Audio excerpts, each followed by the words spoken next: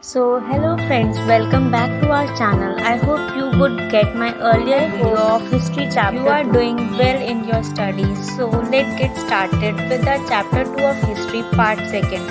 I hope you have got my earlier video of chapter 2nd part. Earlier video we are talking about the Battle of Plassey. जैसे कि आप सबको पता ही है कि battle of Plassey बहुत ही फेमस बैटल है और आप लोगों ने इसके बारे में बहुत कुछ पढ़ा भी होगा और सुना भी होगा। तो आज का हमारा टॉपिक है कंपनी ऑफिशियल बेकन। इस टॉपिक में हमें सिंपली ये बताया गया है कि जैसे कि आप सबको पता ही है कि जो हमारी कंपनी थी उसके पास बहुत सारी पावर भी आ गई थी और अथॉरिटी भी उन्होंने गेन कर ली थी। तो इससे क्या होता है कि जो कंपनी के सर्वेंट होते हैं वो भी अपने आप को एकदम नवाब टाइप सोचने लग जाते हैं और वो अपने आप को उसी तरह से वो ये चाहते हैं कि उनको भी नवाब्स की तरह। उसके बाद क्या होता है, जो रियल नवाब्स होते हैं उनके जो मनी होता है और उनका जितने भी एसेट्स होते हैं वो सारी जब्त कर ली जाती हैं और उनको एज अ स्लेव बेनिफिट जो होता है वो कंपनी का होता है और कंपनी के ऑफिशियल्स का होता है वो सक्सीड हो जाते हैं अपने प्लान में। और क्या बोलते हैं second topic company rule expense. तो इसमें क्या होता है कि जो बैटल ऑफ बक्सर होती है जो कि उसकी एक इम्पॉर्टेंट डेट है, मतलब जब वो हुई थी तो वो है 1764। The battle of Buxar 1764 the company appointed residents in the Indian state. They were political और commercial agents and their job was to serve and further the interest of the company. तो इन शॉर्ट इसमें ये बताया गया है कि जो battle of Buxar थी उसके बाद जो कंपनी होती है वो कुछ पर्सन्स अपॉइंट करती है जिनका कि मेन मोटिव ये होता है कि वो कंपनी के लिए काम करें, ईस्ट इंडिया कंपनी के लिए काम करें और उनके बेनिफिट के लिए और उनके वेलफेयर के लिए जो भी हो सके वो उनकी।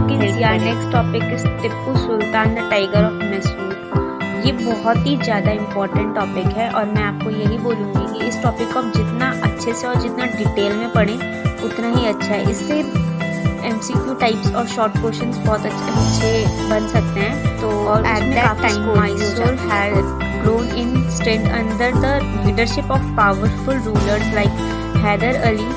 इनका रूलिंग पीरियड होता है 1761 to 1782 and the famous Tipu Sultan और इनका रूलिंग पीरियड है 1782 से 1799।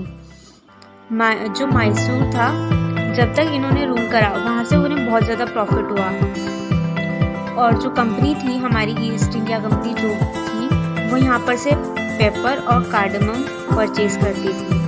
पेपर जैसे कि आप जानते ही हैं काले मिर्च और कार्डमम।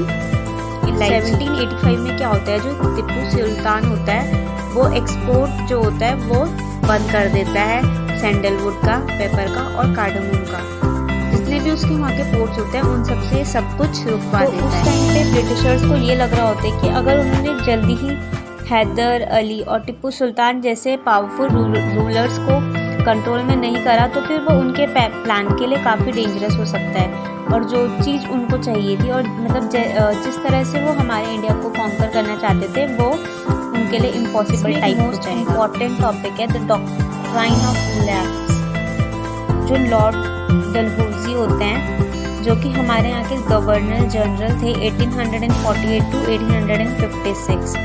ये उनकी पॉलिसी होती है जिसको इसका मीनिंग होता है कि अगर मतलब ये डॉक्ट्राइन ऑफ लैप्स होती है वो ये डिक्लेयर करती है कि अगर किसी भी Indian ruler without male heir के उसकी डेथ हो जाती है तो फिर जो कंपनी होगी मतलब जो उसका किंगडम होगा वो कंपनी का पार्ट हो जाएगा। प्लानिंग ही थी ब्रिटिशर्स की, जिसके बाद से जैसी यहाँ पे उनके हायर नहीं थे, मतलब उनके किंगडम को हायर करने वाला कोई नहीं था तो फिर उनके जितने भी किंगडम वगैरह थे वो बहुत जल्दी कंपनी के अंदर आ जा रहे थे। जो कंपनी होती है वो अवध को भी अपने कंट्रोल के बाद जो पीपल होते हैं अवध के वो एक बहुत बड़ा रिवोल्ट करते हैं और ये रिवोल्ट होता है 1857 ये है इंडिया 1797 का।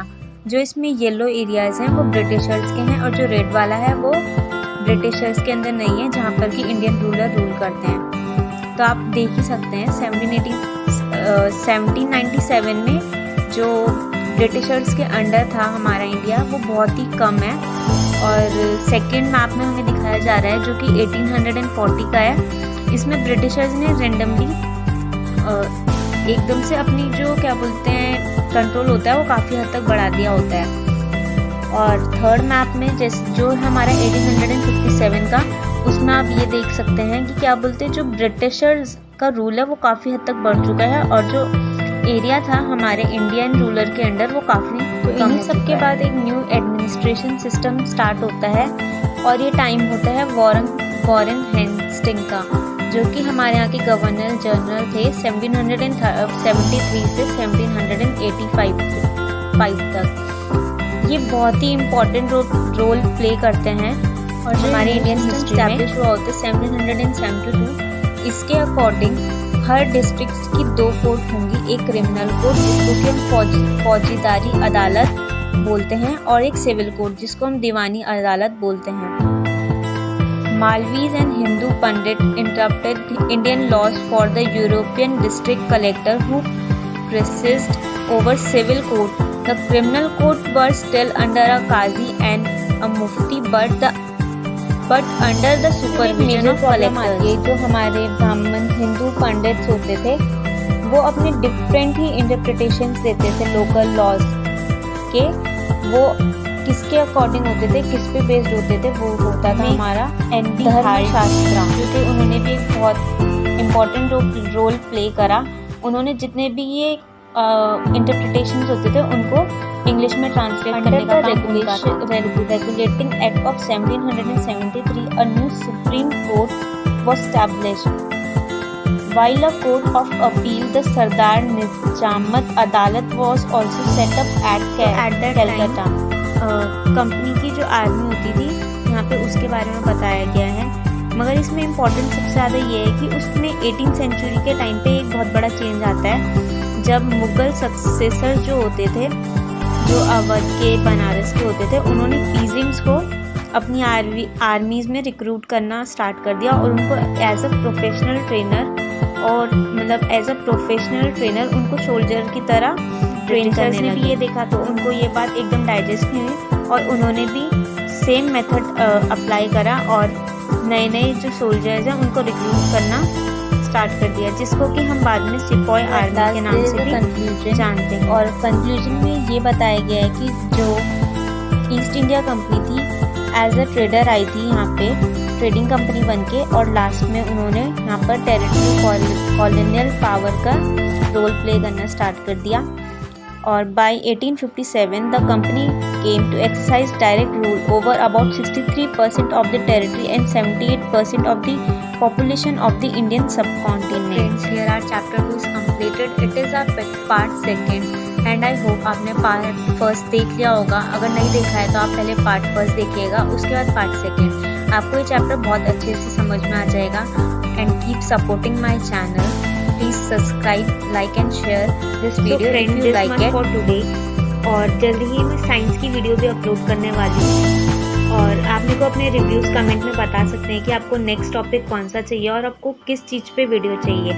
Thank you.